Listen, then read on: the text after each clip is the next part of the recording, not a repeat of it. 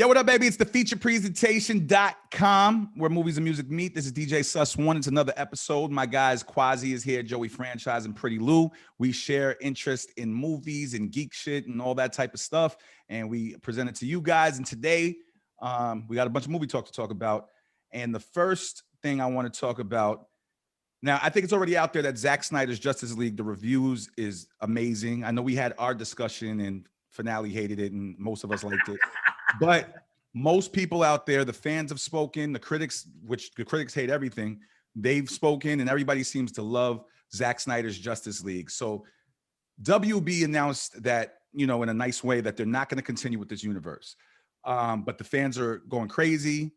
And this is what made the Zack Snyder Justice League happen to begin with. So what will it take for Zack Snyder's Justice League universe to continue? In y'all opinion, and let's do one by one because I want people to talk over each other. Lou, you want to go first? I think it's a bluff. Why would they lie? Because that's what attracts more. They want the people to talk. They want people to start putting stuff out there and all that. I think if they don't continue, then they're idiots.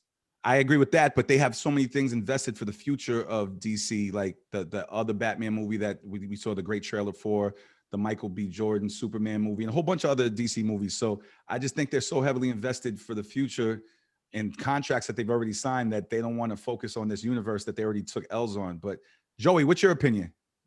I think this universe that Zack Snyder's built, if they want to continue moving it, even though they say that they're not going to push forward with it, I think there's going to be another outcry because the fans obviously see how much power they hold on social media. Yep. And it helped get that 4-hour Snyder cut, into fruition. I think the next move is for this universe to exist on HBO Max. I think that's the best way to kind of approach the situation and to get Zack on deck to kind of, prolong his vision. Well, they let that happen for this one for HBO Max because of the fans. But do you think that they would spend that type of budget for these films consistently on a streaming platform? If the if the comeback on their profit, did what it did, and they're getting a hell of really good reviews from the from this Justice League Snyder cut. I mean, I don't see why not. It's a no-brainer. And I've heard because of the success and because of the it being well received, that Zack Snyder actually could get an exclusive HBO Max deal. But that's just a rumor. I heard that from Mikey Sutton over at geekositymag.com. Shit, I hope he's right. Quasi, what's your opinion? So with WB, I've learned never say never. They might say that now. I think a lot's going to depend on how the Flashpoint movie comes together. If Flashpoint is dope, because you're going to have a lot of those recurring characters. If Flash, has his own movie and that whole multiverse thing really pans out, they do well making money with that, you could see a return for Zack Snyder's basically universe. I think the issue is right now, WB had already said this is going to be a standalone. The fans wanted it. They got it. It can't just exist on HBO Max because obviously we're all going to go back to movies anyway, now that the pandemic stuff is starting to calm down. A lot's going to depend too on, I think the release on Blu-ray comes in like 2 months.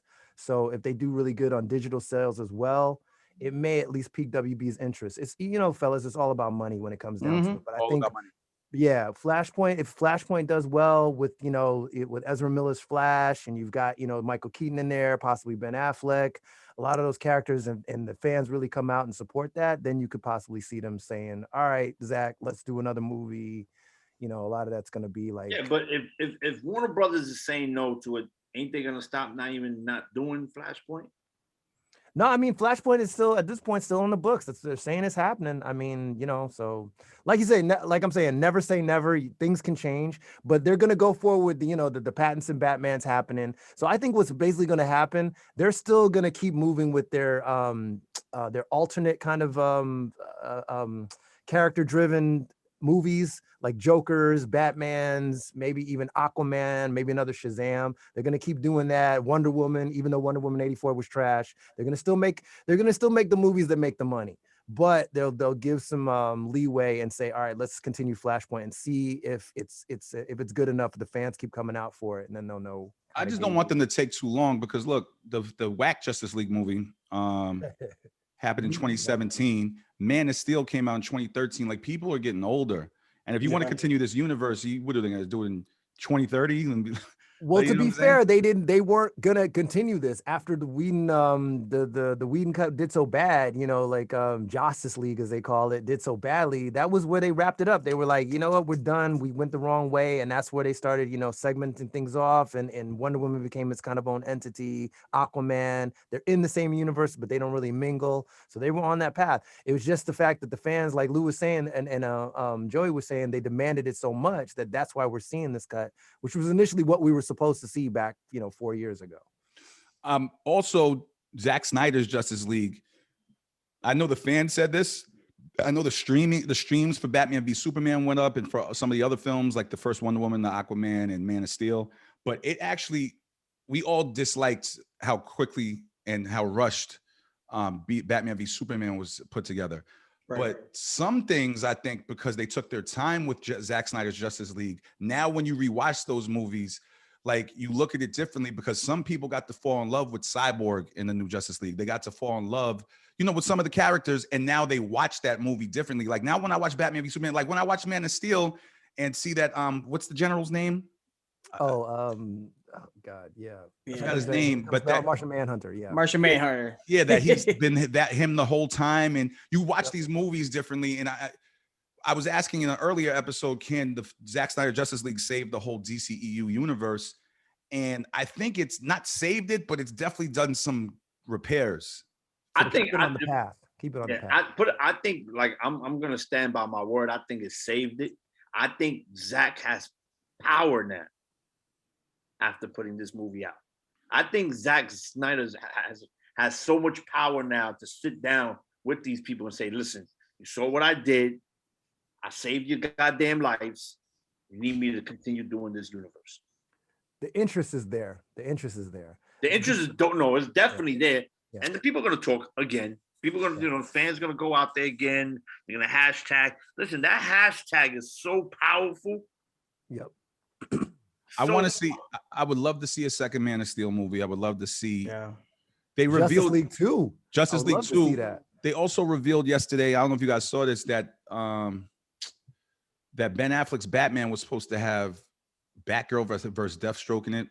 Deathstroke was supposed to be in there. They teed it up at the end of Justice League. That was the whole transition. You were going to go into that. And Zack did it again in the new Justice League. He teed it up.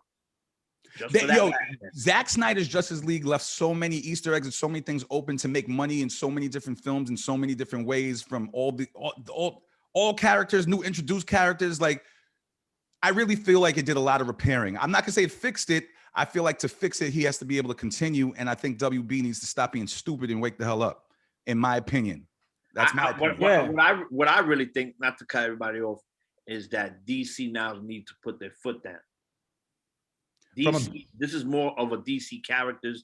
Remember what Warner Brothers owns rights, correct? Right. Warner Brothers, but they're still DC characters. They still have to get the okay from DC. So I think DC needs to step it up a little bit. From a financial perspective, if you invested and took an L on the whatever they call that whack ass Justice League movie and took an L on Batman v Superman, they took 2 L's. And Man of Steel, which is an incredible, I rewatched it yesterday. Well, technically, not to bring it, they didn't take an L on BVS. That made almost over. They didn't take a financial L, but they didn't take a financial L. They just took a super critical L. They took a financial L on Justice League, but not on BVS. Yeah, but it was such a critical L that it even affected people. I didn't want to go see Justice League after I saw it. It hurt. It hurt a lot of people when BVS came out. I think the bad reviews just bodied the entire DCEU. Yeah. Well, as far as fans, getting their interest sparked.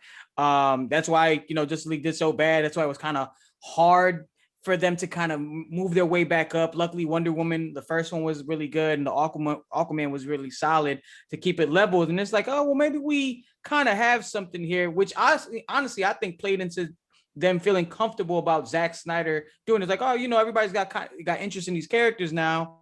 We might as well just, see if it sticks. Throw it up. Also be clear, sorry to cut you off. Also be clear though, they wanted to give a springboard for HBO Max. They wanted to get those subscriptions up. So of course they were definitely like, Warner's is like, we need a spark. This could be it, and it did its mission accomplished. But it worked.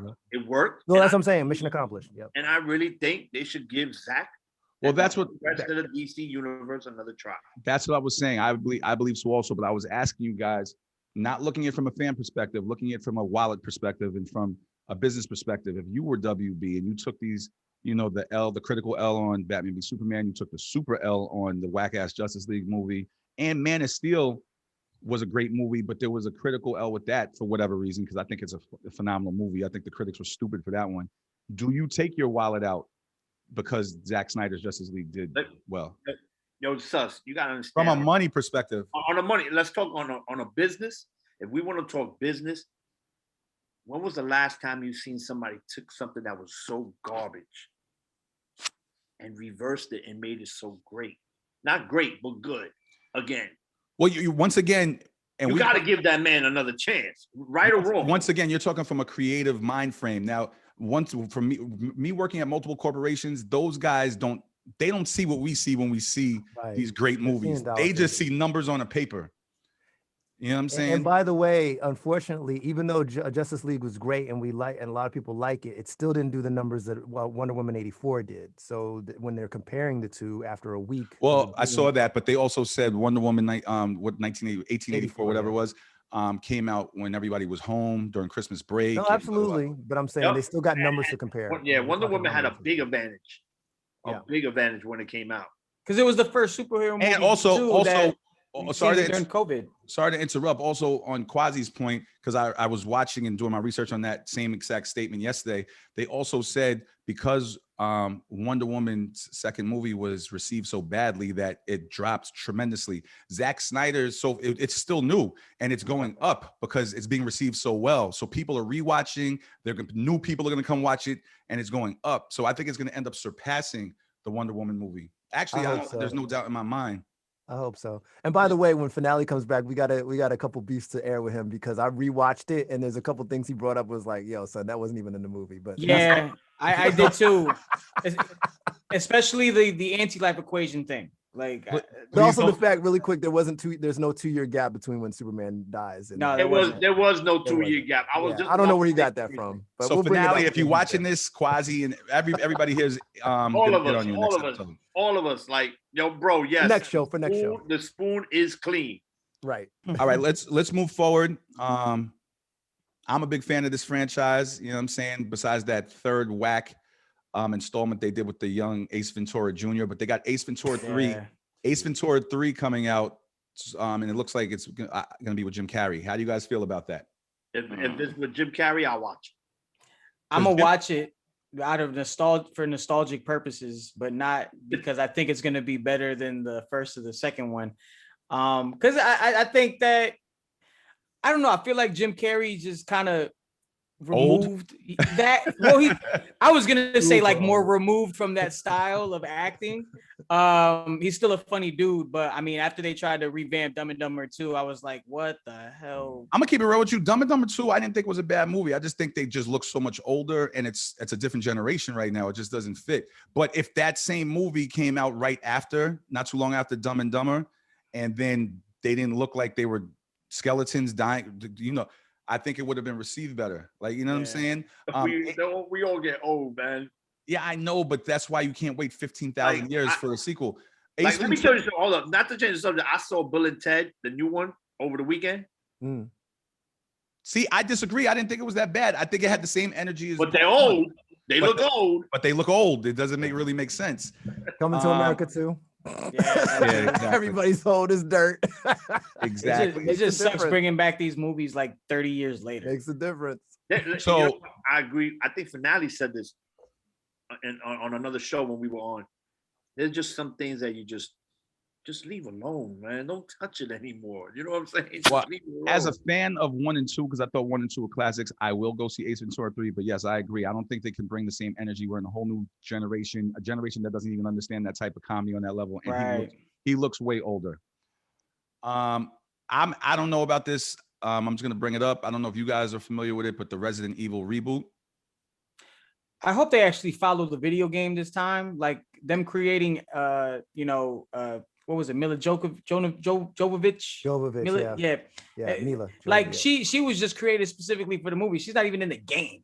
Like they added certain aspects from the game, but the thing that turned me off, even from the very first one, because I was so hyped when the first one came out like years ago when I was a kid or a teenager or however old I was at the time. But yeah, if they follow the exact blueprint of the game, I'm all for it because you know the shit they was putting out like for the past few years. I mean, I wasn't really feeling it. I wasn't feeling a lot of these video game movies. Yeah, because they strayed away from the actual like the concept. Like I think right now what Mortal Kombat's about to do when it comes out is actually follow through. But I think if Resident Evil can follow through and actually follow the game like with Claire and I forgot who else was it, Chris Redfield. Like if they followed that, you know, that blueprint, I think they actually got a chance. Like I don't know if I can say this, but I try to watch Street Fighter high as a mother. No, worst. That is the worst video game ever, my guy. Like that is. Wait. Where's video game or where's video game movie? Movie, my bad. Video game movie. I try to watch that high and this was still garbage. Nah, wait. I'm gonna do you one better though. That's not the worst because y'all ain't seen Mario Brothers ever. Oh, chill, son. John Leguizamo was Luigi. I like that though. But come I like on. John Leguizamo as Luigi. I didn't expect Super Mario Brothers to have a good movie though. Yo, it is crazy. They had like some of the top actors like in that movie. You had Dennis Hopper who was, you know, killing shit with he was all fresh off of Speed. Bob Hoskins was Mario, and what's the name? John Leguizamo was Luigi. Like I'm surprised it tanked. It was so bad. They tried to make it so real life. Luigi was Puerto Rican. Yeah. All right, listen, these next two topics are on you guys because it's not of my interest and it's out of my movie knowledge. The Mecha-Godzilla reveal trailer just came out. Oh, yeah. So I'm not, that's not my world. See, I'm sorry, but I'm a little out of it. Please talk about it. I want to check it out as soon as we get off this. But it's not my world. I'm not a Godzilla fan. So this is for Joey and Quasi. Yeah, the movie's coming out next week. This is highly anticipated. Godzilla versus Kong. I think at this point they're putting out too many trailers at this point. Now it's just like, let us see the movie. We already knew that, because it's like we already knew, and we talked about it when finale was on before, that Mecha-Godzilla was going to be the main villain. Yes, Godzilla and Kong fight, but you know, at the end, it's kind of like BVS. They got to team up to fight Doomsday, and this one, Kong and Godzilla team up to fight Mecha-Godzilla. That's what it's all basically, Quasi, what you're saying is they're just leaking out too much. Yeah, at this point, they don't need any more trailers. Let us see the movie. And the movie's already out in some other countries, so now a lot of other spoilers are coming out. I mean, my thing is the graphics look amazing. The 3D looks, I mean, the animation for the monsters is incredible. It actually did them a service to have postponed the movie because of COVID, because obviously they went back in and they fine-tuned a lot of detail. There's points where you see Kong's, like, his face, he looks just like a straight gorilla, not even like an animated monster.